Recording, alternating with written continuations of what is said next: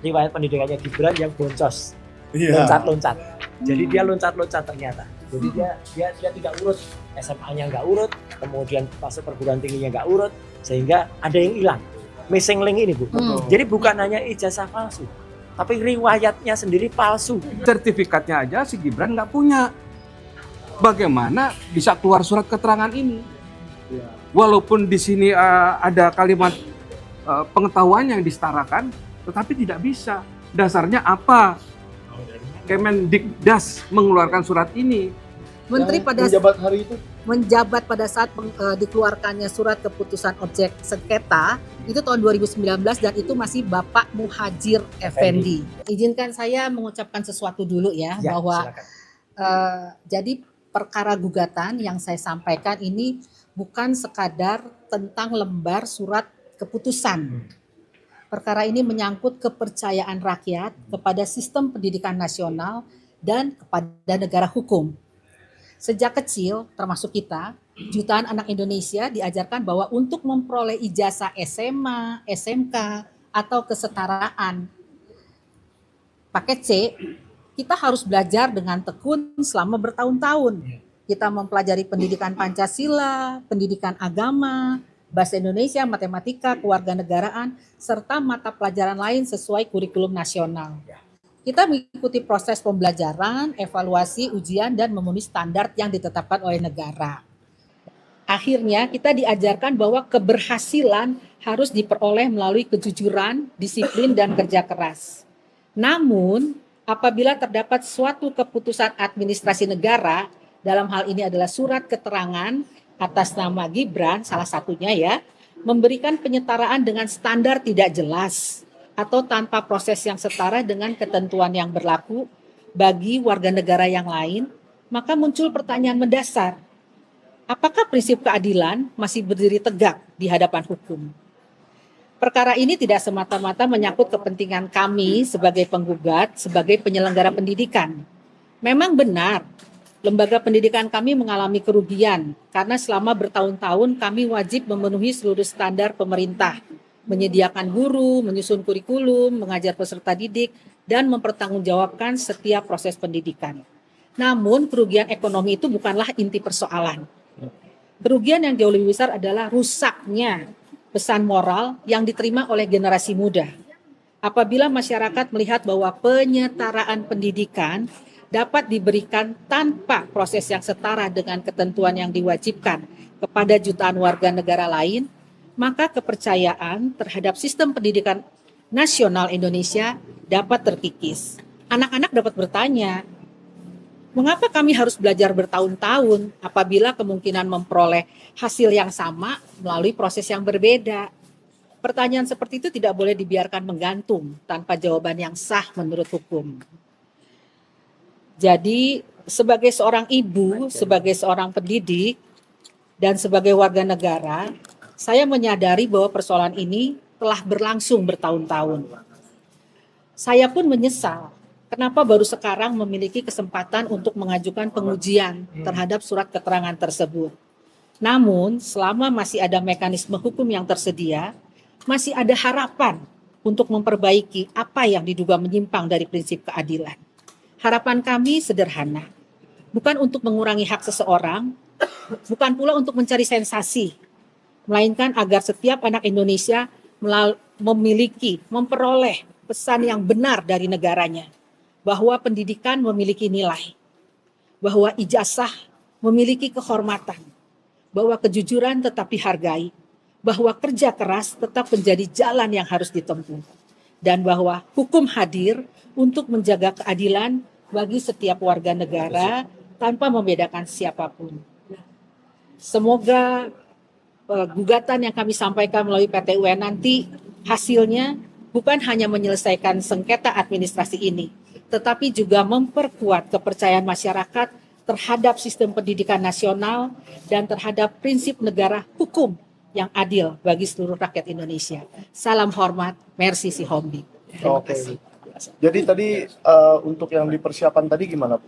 Jadi kami tadi terima kasih kepada majelis kepada hakim ya, tadi hakim tunggal yang lebih memfokuskan gugatan kami gitu. Jadi sebenarnya kami menggugat ada dua pihak, Menteri dan Dirjen. Jadi tadi hakim mengarahkan agar kami memilih salah satu saja. Gitu. Jadi nanti saya akan diskusi dengan Pak Dwi dan teman-teman di sini dengan Mas Gofur supaya gugatan ini jadi lebih tajam dan tidak ada peluang untuk pihak tergugat untuk menyatakan bahwa itu tidak benar.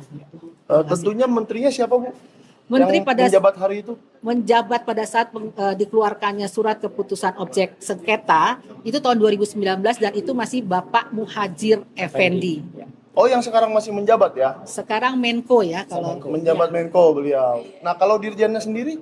Dirjennya waktu itu Bapak Hamid Muhammad dan sudah pensiun, tetapi saya googling Pak Hamid, saya pernah ketemu Pak Hamid gitu ya, kayaknya masih sangat aktif ya sebagai Widya Iswara ya. Ya. Oke. Jadi masih bisa untuk digugat ya? Iya, termasuk Pak yang tanda tangan sekretaris Pak Sutanto. Pak Sutanto. Iya, kan Masih yang aktif juga beliau? saya baca dia masih aktif Oh, sebagai oke. Widya Iswara. Husband sekarang sudah diganti Pak Eko Susanto. Sudah diganti Iya. Pak Eko Susanto seperti yang kita waktu itu Yang kesana, Om Roy Pak, ya? ketemu ya. Iya, Iya. lanjut. Nah, mungkin ada lagi yang mau ditambahin atau saya minta Silakan ke yang kawan-kawan lain. dulu Iya, ya? iya, silakan. Oke. Saya dari yang paling senior dulu ya, dari Pak Mur. Gimana Pak? Kenapa Bapak ada terpanggil untuk ikut membersamai sidangnya Ibu Mercy? Dan kenapa mungkin Bapak dari FPP TNI atau dari GMKR ya, organisasi yang Bapak pimpin, kenapa merasa gugatan ini penting? Baik, terima kasih rekan-rekan media sekalian. Pertama tentunya saya ucapkan terima kasih pada Bu Mercy yang pada hari ini telah menyampaikan gugatan secara resmi ke PT UN. Jadi perlu saya sampaikan bahwa kenapa sampai terjadi gugatan ini. Jadi kami sebetulnya beberapa minggu terakhir ini bertemu Bu Mercy, kemudian Pak Bonatua, tahu kan? Pak Bonatua Silalahi. Kami bertemu, kami ngobrol, ternyata Pak Bonatua itu punya surat, fotokopi surat keterangan, ya, penyetaraan yang diberikan untuk lolosnya Gibran. Oke. Yang kami tahu, yang kami ketahui bahwa itu tidak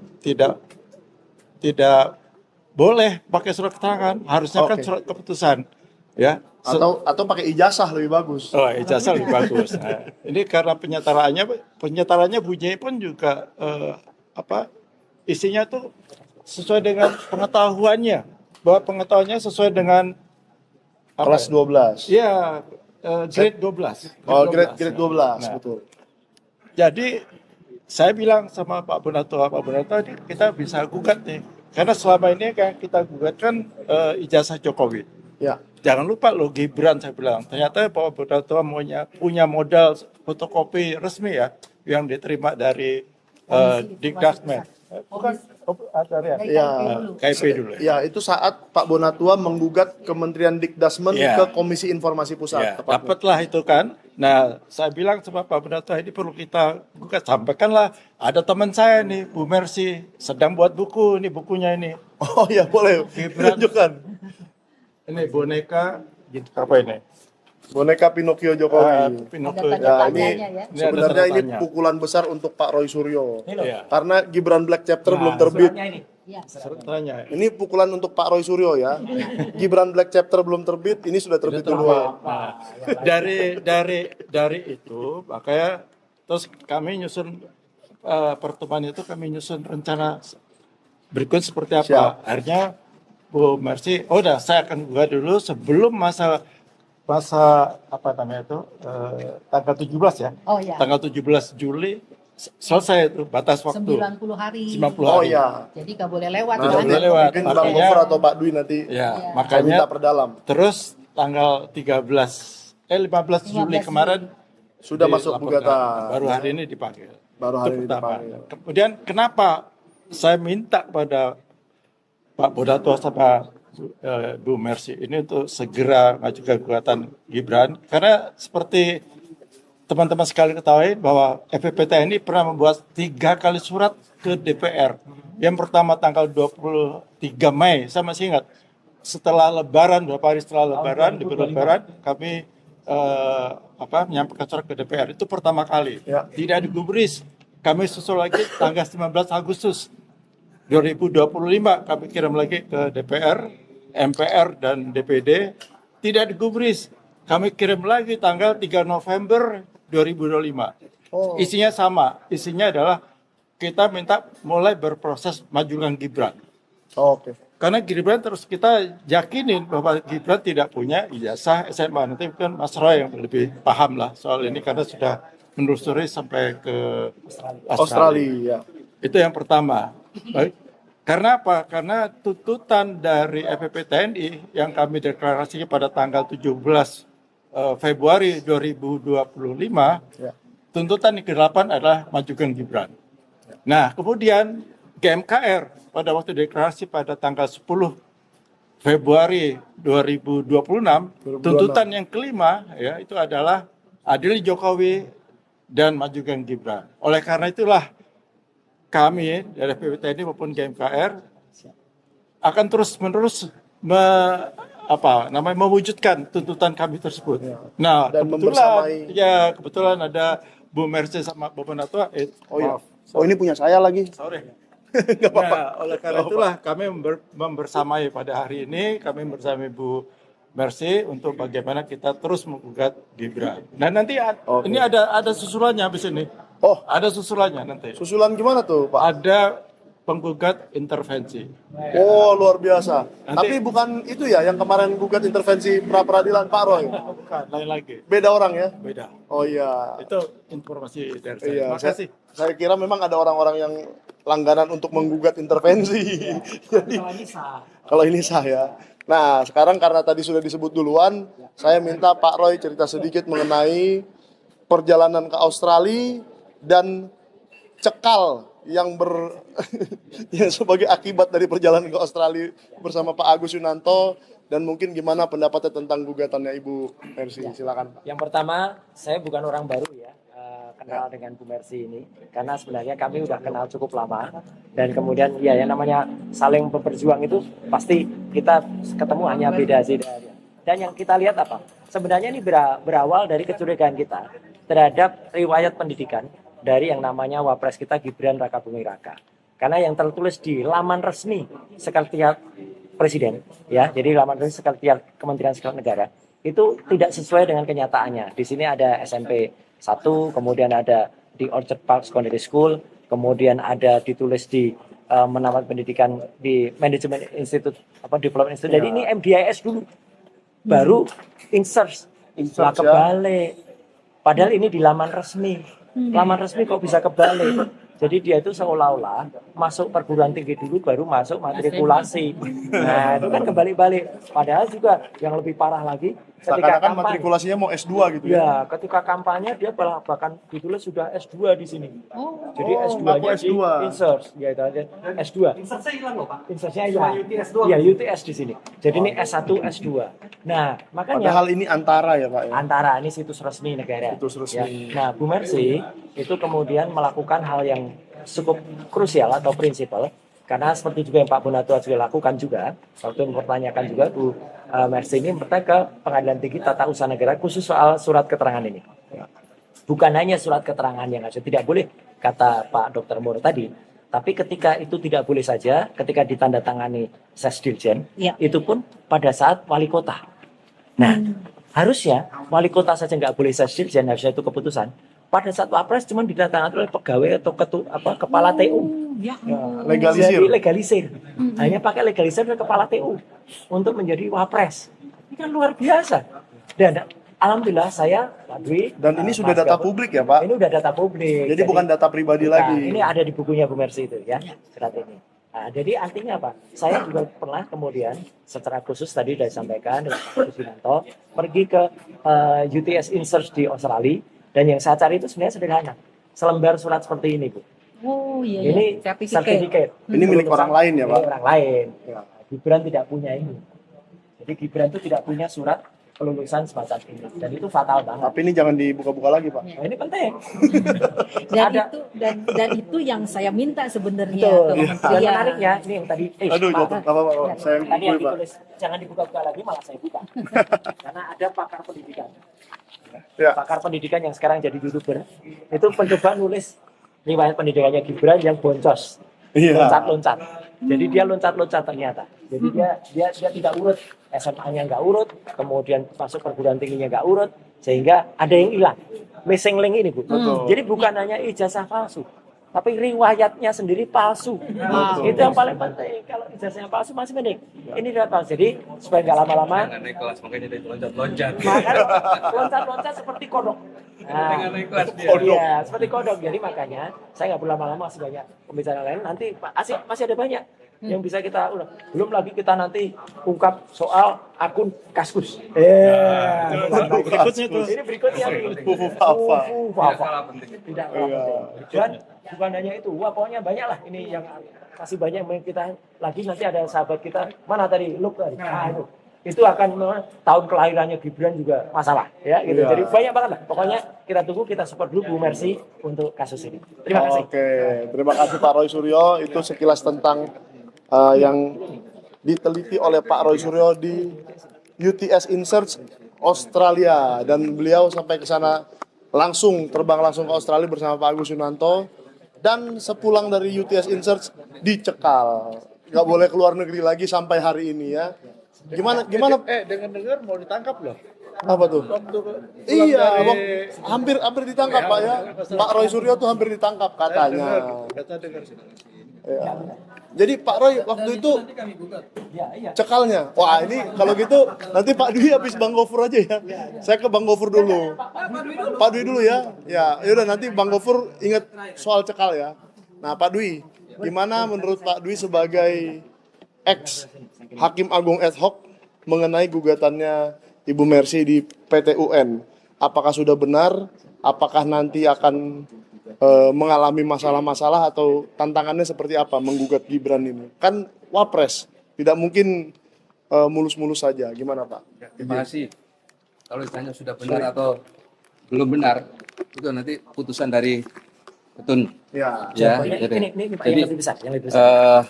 hanya saya melihat gugatan dari Bu Mercy karena saya juga ikut mengadvokasi dengan persiapan mengajukan gugatan ini.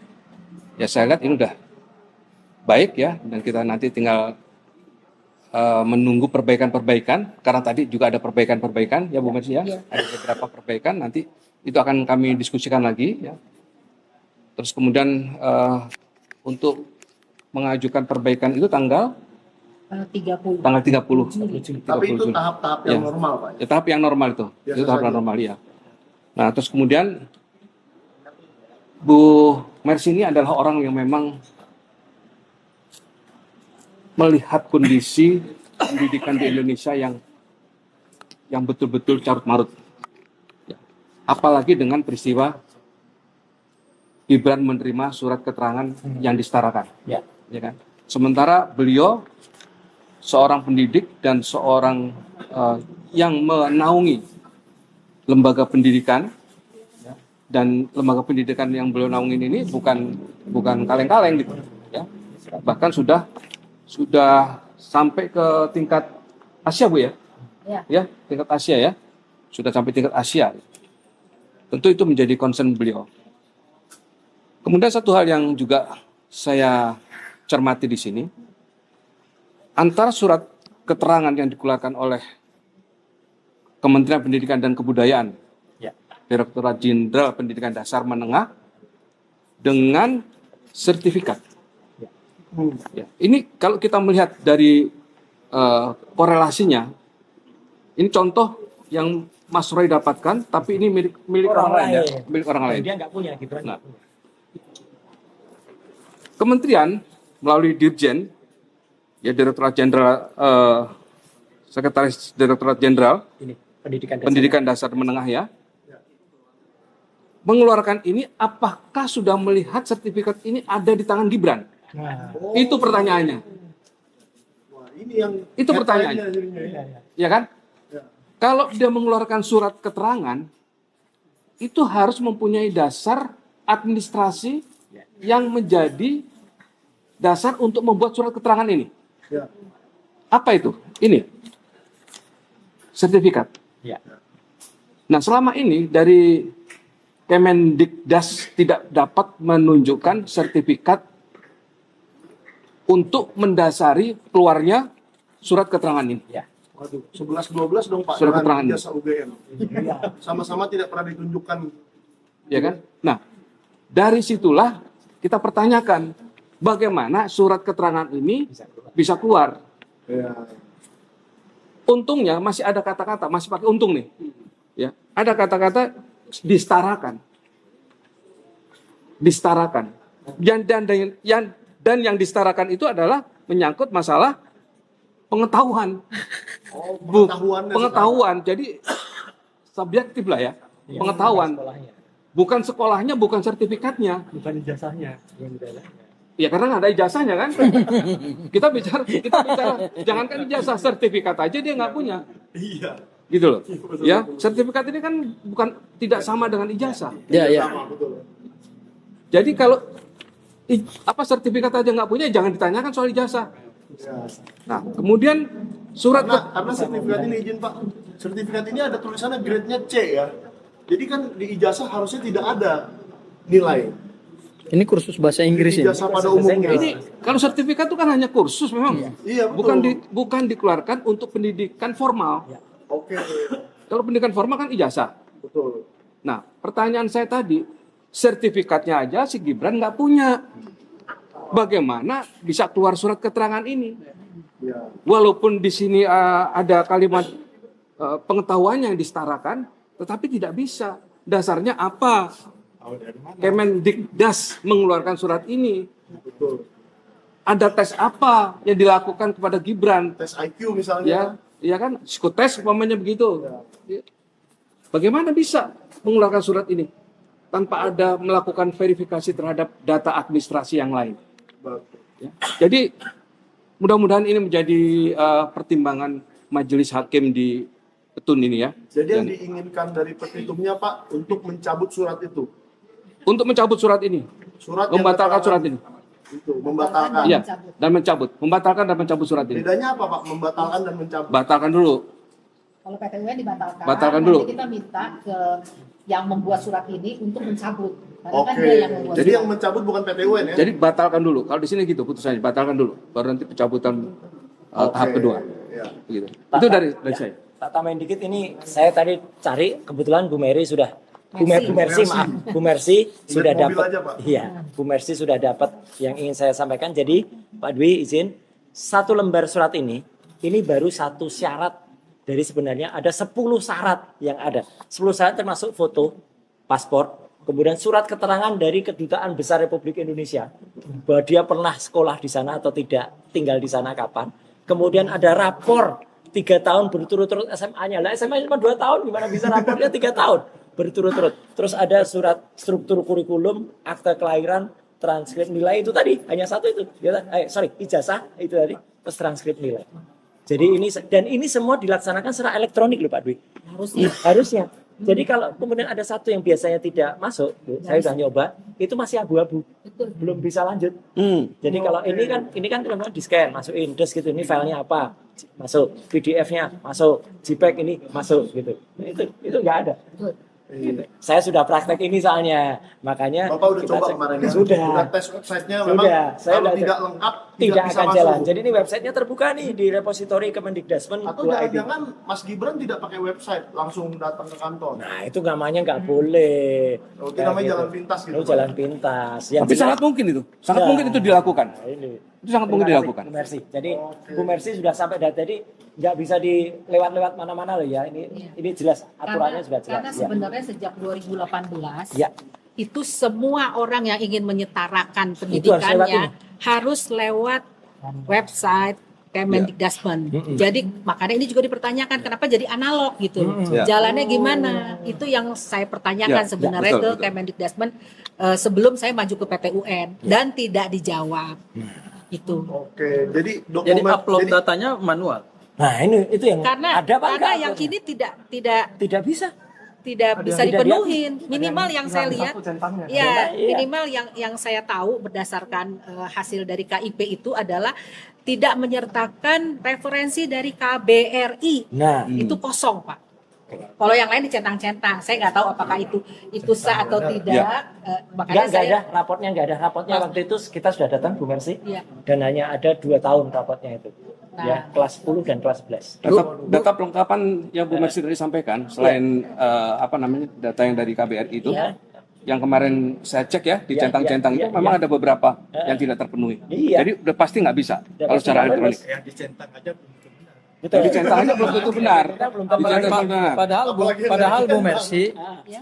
bapaknya kan presiden. Nah, Kan tinggal perintahin KBRI. iya makanya. Masalahnya gini, KBRI itu tidak bisa asal kecuali dia punya data referensi Betul. dari sekolahnya, Itu data luar Pak. negeri loh. Sekolah harus mengeluarkan sertifikat itu. Berarti dalam hal ini KBRI benar ya? Benar. Ya, Benar, KBRI nggak dalam bisa. hal ini artinya gini menurut Nggak saya bisa ya, menurut ditegakkan. saya KBRI itu hanya menerima penyetaraan jika orang itu punya ijazah, Benar ada.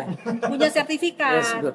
Karena Gimana tidak bisa, punya, Bu? iya. Gimana bisa? Orang asli, orang Indonesia yang sudah lebih dari 30 tahun tinggal di Australia, namanya Pak Iksan Katohanda yang bersama saya, dan pernah mengantar Gibran ketika datang lagi ke Australia, nebeng bapaknya tahun 2018.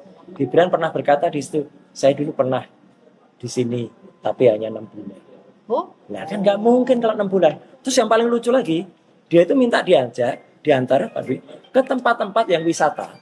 Dan tempat wisata itu kalau bagi kita, kalau orang itu pernah tinggal di Australia, ya nggak akan ke situ lagi. Betul. Misalnya gedung opera. Nah, itu pasti orang nggak pernah ke situ. Misalnya saya lahir di Jakarta nggak pernah ke Monas. Lah iyalah, ya pasti sudah tahu lah. Kemudian ke Bondi Beach ya. Jadi ngapain juga dia gitu. Dan nampak betul kalau orang pernah datang, itu kan pasti, wah ini saya dulu Pak, udah jalan deh. Itu tuh diem aja. Itu aja itu.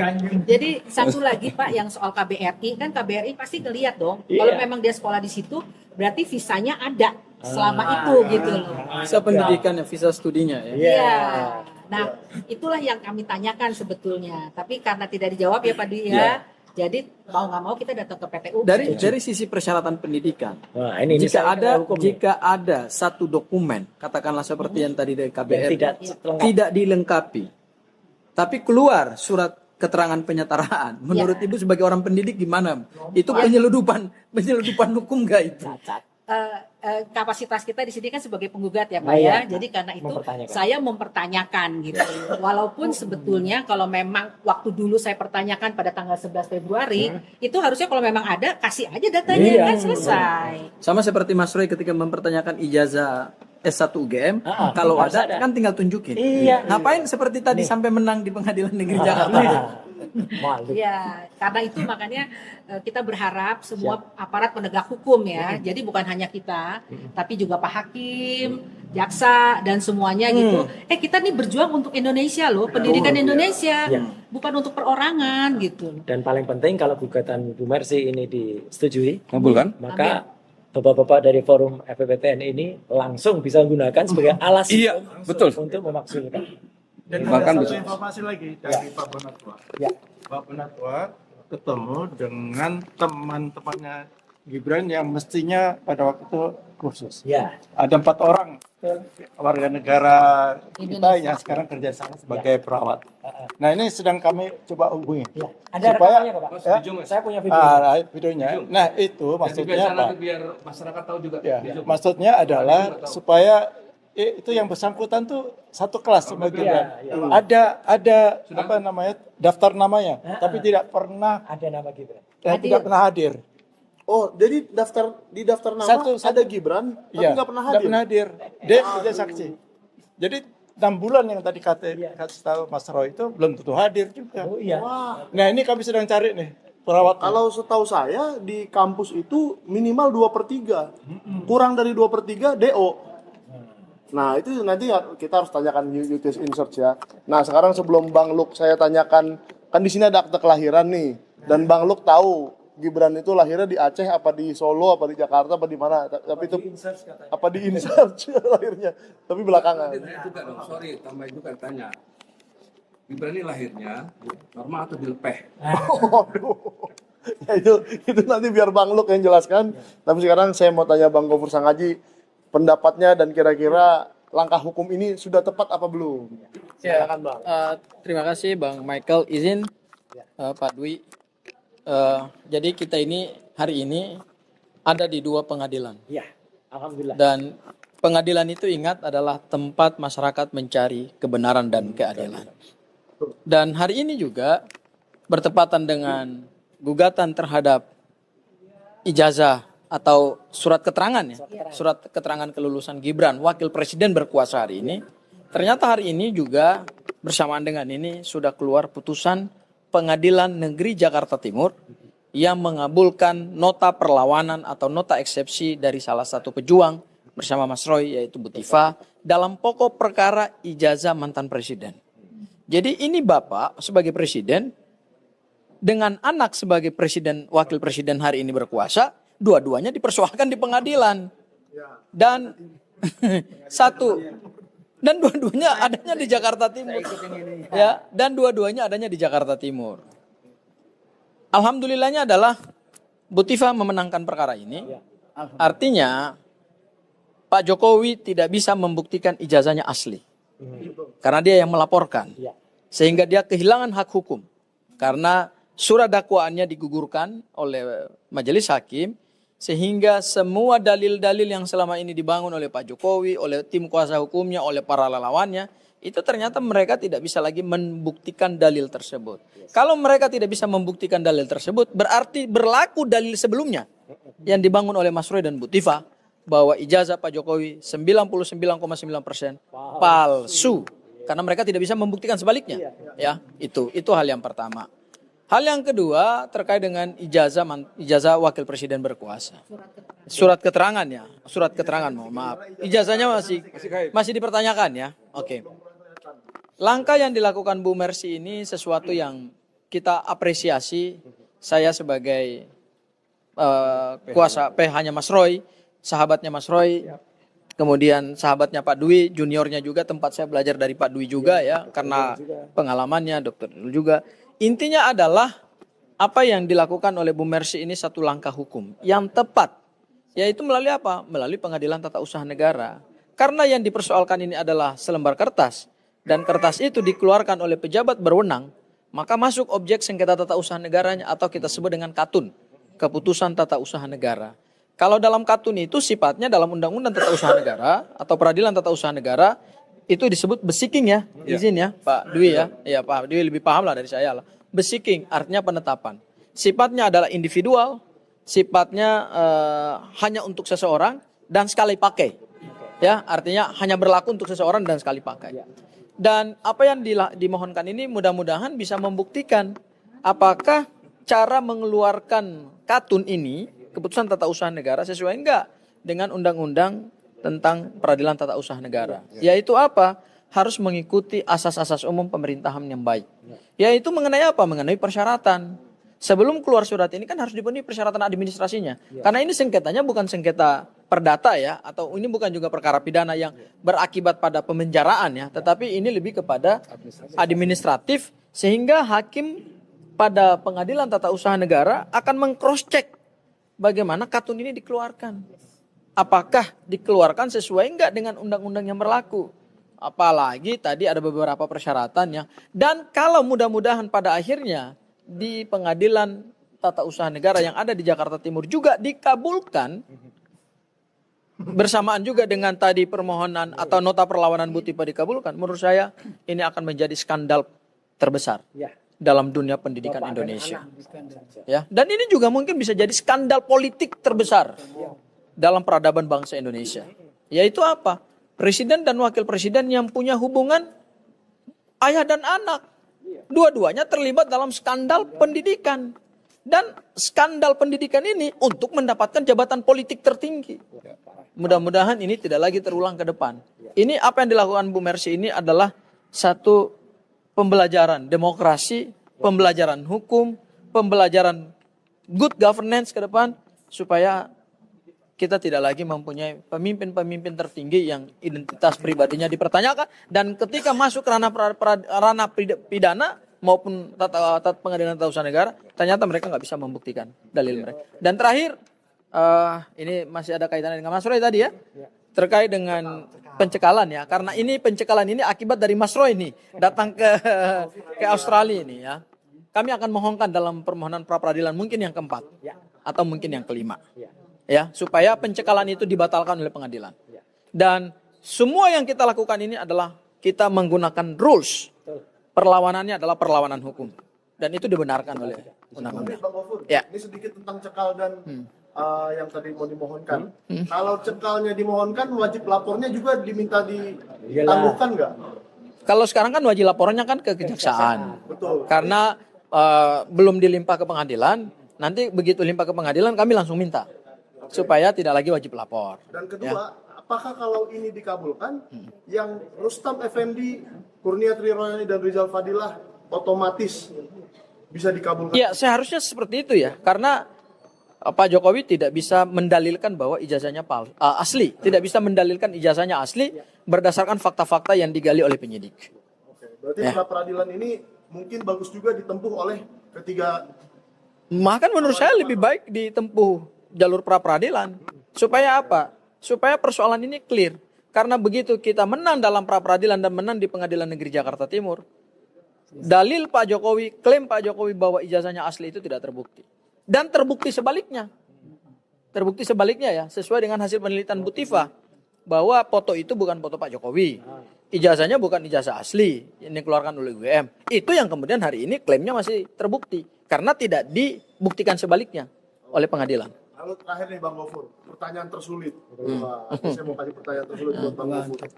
Kalau ini dibatalkan, ada nggak kesalahan KPU di situ? Oh ya jelas. Menerima sesuatu Oh ya jelas. sebenarnya tidak sesuai secara administratif. Iya jelas, karena ini kan kalau menjadi skandal politik. Skandal politik itu kan tidak hanya melibatkan satu pihak. Namanya aja skandal. Skandal politik itu dari mulai kementerian, partai politik yang mengusung juga, kemudian juga pihak KPU sebagai penyelenggara pemilu, kenapa tidak melaksanakan undang-undang pemilu dengan tepat, ya kan? Harusnya meng-cross check juga ke mana? Ke pihak yang mengeluarkan, sama seperti jasa Pak Jokowi ketika digunakan untuk mendapatkan jabatan presiden. Berdasarkan pembuktian kami dalam sidang KIP, ternyata saya yang memeriksa saksi dari KPU. Pernahkah saudara melakukan autentikasi enggak terhadap? Enggak pernah. Nggak pernah ya. Jadi Pernah enggak saudara melihat ijazah Pak Jokowi yang analog? Enggak pernah. Dan pertanyaan juga kepada Andri, pernah enggak Andri menerima fotokopi ijazah dari KPU untuk diarsipkan sebagai bagian dari memori sejarah bangsa atau arsip yang bernilai? Itu kan ada nilai sejarahnya kan?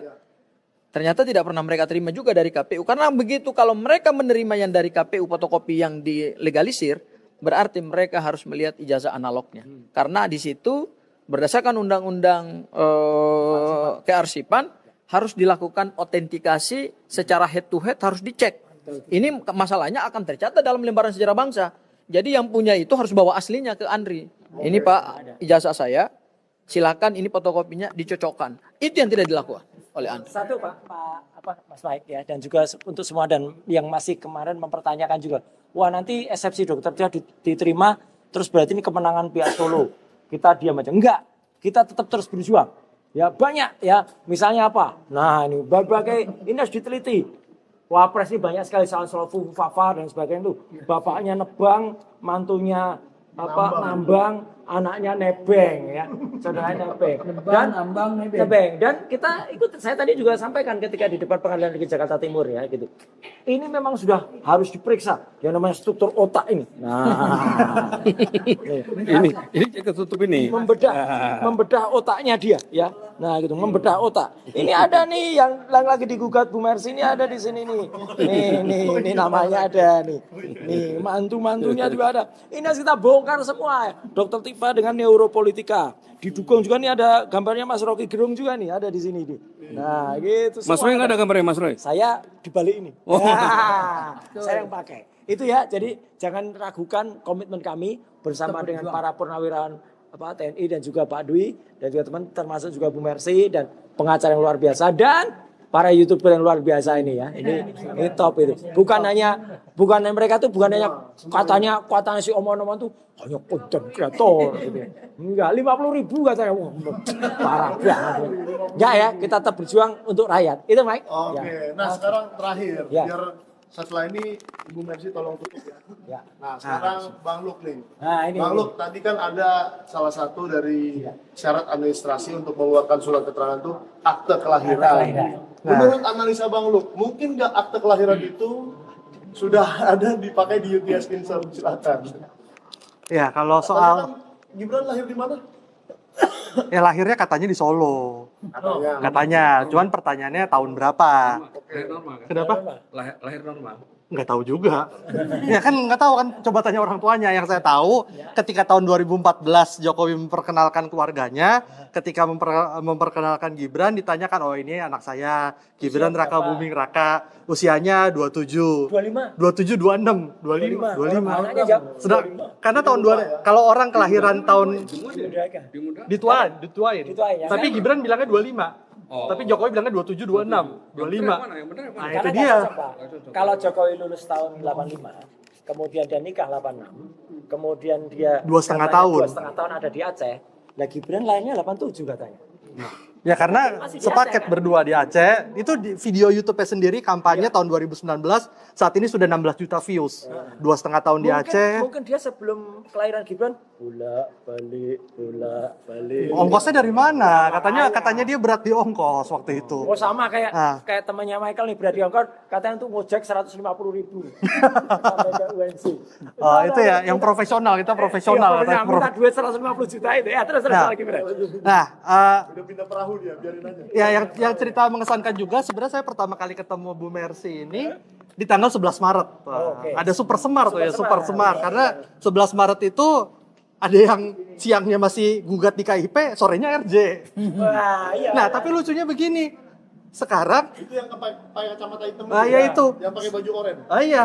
Sekarang orang itu juga masih minta data lagi ke Dikdasmen. Loh, ngapain? Karena buat bikin bukunya yang, oh ini buku yang benar gitu ya. Jadi dia juga minta lagi ke Dikdasmen gitu, bingung. Nggak malu ya orang. Bingung Tapi juga. coba jelasin dulu buku ini, Jam. Nah, kalau ini saya sedang menyusun buku ya, judulnya Termul Game Over ya. Karena menurut saya para termul-termul itu menjadikan perjalanan pendidikan Gibran itu seperti permainan, gitu kan. Apalagi buku-buku yang ada sebelumnya kan Gibran and Game, terus Gibran Let the Game Begin. Tapi saya mau Ini nggak ada apresiasi. gamenya ya tapi. Nggak ada. Serius. Sebelum Bang Luk menjelaskan tentang Termul Game Over, saya mau apresiasi dulu dua orang. Tadi waktu meninggalkan Pengadilan Negeri Jakarta Timur, ada dua orang, yaitu Bang Rifai Kusumanegara Oh, iya. dan Bang Andi Aswan yang Nggak pakai Andi. Oh nggak pakai ya, ya nggak apa-apa lah. Yang mendatangi saya begini Pak, selamat ya. Mereka mengucapkan selamat pada kita. Terima kasih ya. Ya berarti kan mengakui bahwa proses peradilan Mengaku di kita sana, di sini mereka podcast nih. Dah, kita harus hormati iya. hasil Dan yang Pasti nanti ada Mak Lampir yang podcast. Boleh dong, kita nggak percaya, boleh dong. Nah, dan yang penting adalah bahwa sekalipun putusan ini menguntungkan kita, tapi mereka berdua itu sama sekali tidak sentuh, tidak apa-apain lah gitu ya, kan. jadi Termul Game Over ini apa? Ah, Apa kalau- Termul Game Over? Kalau tadi Termul ini siapa aja di dalamnya? Ada nama-nama orang termul-termulnya nggak? oh jelas ada. Kan Ada. mereka bangga kan menyebut diri mereka Iya, termul, waktu di baris termulia. krim, siapa kita? Termul. Ada di ada baris videonya. krim. Nah, kalau tadi dikatakan ini ada skandal politik atau skandal apa terbesar, menurut saya ini adalah skandal manajemen data terbesar. Tambah lagi nih. Ini karena- skandal lagi. Karena ini faktanya, setelah saya meneliti, jadi saya benar-benar nontonin 20 jam, 30 jam, bahkan mungkin 40 jam habis buat nontonin video dari pendukung Gibran loh. Bahkan waktu itu saya sempat beli bukunya Inalim kan yang mendukung Gibran itu. Nah ini adalah rangkuman dari yang tadi Pak Roy ceritakan. Ada KPU, Setnek, segala macam. Ini menceritakan riwayat Gibran yang berbeda-beda. Nah, itu tadi. Bahkan surat keterangannya pun lulusnya 2006. Tapi di KPU ditulisnya 2004 sampai 2007. Betul, nggak cocok. Nah, jadi buku ini merangkum berbagai kejanggalan dari versi lembaga negara maupun juga dari versi relawan itu sendiri. Tapi apa lo nggak kasihan? Kenapa? Masalahnya nih itu loh, ini loh. Wakil Presiden. Bukan, Bapak sama Oh iya. Nah ini, nih, lulusnya nggak sesuai 2004 2007. Gimana? Ini kan berarti 3 tahun, ini 3 tahun. Nih riwayatnya palsu. Nah, ini versi relawan. Yang antara lain mengatakan katanya Gibran tuh ngambil foundation kayak ini nih, foundation. Tapi habis itu berubah jadi diploma gitu kan. Itu foundation Bapak aja itu. Iya. Ya, karena katanya awal-awalnya foundation, grade 12 foundation. Nah, Coba keluarin dulu yang termul itu mana? Ah, Termul endgame itu mana? Contoh termul yang Termul mana? Yang termul endgame mana? Andi Aswan lah, ketuanya kan, ketua militan Gibran Nusantara kan. Oh ada ya? Ada. Kau kaji juga? Iya, ini contohnya nih. 16 September di Rakyat Bersuara, dia mengatakan bahwa Gibran itu nggak pernah di UTS insert, tapi di Orchid Park selama 5 tahun, 2002-2007. Nah inilah saya menjelaskan juga bedanya kita dengan Termul. Kalau Termul acara berita dijadiin bahan laporan, kalau kita buat bahan kajian. Jadi beda ini yang mana yang dengan ilmu pengetahuan dan mana yang pidana, penjara. Nah 16 September kebetulan saya juga hadir di sini waktu itu. Bang, saya kasihan loh abang bikin buku ini. Kenapa? Kan mereka mungkin tidak tahu datanya, tapi asal ngomong saja. Ya kan? Itu dia. Nah, lebih baik kalau menurut saya Mas Gibran muncul saja. Toh Mas Gibran kan mungkin carilah waktu kosong di weekend ya kan. Biarlah Pak Prabowo yang memimpin rapat-rapat itu, Mas Gibran absen dulu satu kali. Jawab dilapor Mas Wapres. Jawab dulu soal Nah, tahun-tahun ini. Anda ngapain aja? Mas Roy yakin nggak yang dipersoalkan ini bisa menjawab? PT UN. Nggak, yang dilaporkan ini Wah, sama sekali enggak. keluar dan menunjukkan semua. Udah pernah ditanya oleh salah seorang pakar psikologi forensik kita, Mas Reza Indragiri, berkali-kali ditanya, diem aja. Nggak bisa jawab. Jadi gimana bisa jawab kayak gitu? Ya, paling jawabannya malah mungkin bener Panji dalam lakon mensrea. Ngantuk. dan pengacaranya pun juga tidak pernah memberikan statement ya yang ada substansinya gitu. Mana pengacaranya siapa? Pengacara Gibran kan waktu itu digugat Pasuban. Kan saya juga nungguin kapan nih pengacaranya berbicara gitu kan, nggak ada. Malah ya ini yang berbicara relawan-relawan yang katanya nggak pernah di UTS insert. Dia juga alpokat loh. Iya, alpokat ya. Terus kemudian hanya dalam hitungan hari di podcast bareng Hendri Satrio dibilang bahwa di UTS insert cuma 1 tahun. Nah, kemudian di CNN Jadi saya tahu nih, Jadi- mereka berantem sendiri. iya berantem sendiri. Jadi kamu teliti semua ini Iya, podcast betul. mereka. Dan kemudian di CNN di depan Mas Roy Suryo saya ulang adegannya nih ya. Diploma 3 years 5 semester. Nah, ini. Nah, jadi kalau berita-berita cukup dijadikan Saya cari kajian. waktu itu 3 years-nya mana gitu. Iya, iya. Anehnya nggak ada. Nah, ini salah satu contohnya gitu kan. Pokoknya boncos lah para Jadi termol-termol ini. ya saya teliti Nanti semua-muanya berbagai. Gue mau nanya dulu kenapa lu kasih judulnya Termul Game Over gitu?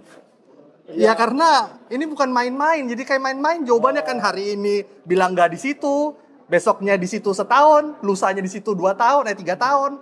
Jadi kayak main-main gitu loh. Gak konsisten ya? Iya, Dan ini malah merusak citranya Mas Gibran sendiri ya. betul. Bahwa relawannya sendiri saja nggak tahu dia sekolah apa enggak. Ya iya. Iya. Gitu kan? Bahkan kalau ini kan baru sampelnya 2 bab. Yang pertama ini ringkasan varian-varian ini ya. Kalau yang satu lagi tentang Orchid Park Secondary School. Nah, itu aja yang dari yang sesama alumni MDAS Dian Hunafa bilangnya Gibran itu mengambil secondary school normal. Dian Hunafa ya kan. Jadi saya nonton nih nggak cuman ininya ya. Tapi Nalim bilangnya secondary school express. Itu kan jadi normal tapi ekspres. Hanya kira-kira. Jadi Iya. dia bilang, ini proyeksi yang paling optimis adalah ini. Iya, pakai logika. Pakai logika. Jadi tidak fakta. bukan cuman tidak meneliti ijazah analog, tidak meneliti ijazah digital, pakai logika berdasarkan logika pendidikan. Untung saya bukan peneliti ya. Kalau saya peneliti saya harus seperti Pak Roy dan Bang Luk, harus nonton sampai habis. Oh iya. Dan bahkan Kata ditranskrip. izin, di sini saya juga jadikan Michael dan Mas Roy jadi termul. Kenapa? Karena Mas Roy dan Bang Michael ini pernah menjanjikan data dari Kemendikbudrismen. Iya. Karena Kemendikbudrismen tidak mau ngomong. Tidak mau keluar. Jadi akhirnya ya terpaksa saya kutip mereka gitu kan. Jadi mudah-mudahan saya ikuti sidang Bu Mercy nanti baik live maupun on live, berharap dapat data dari Kita ikuti Dikdasmennya. nanti sidang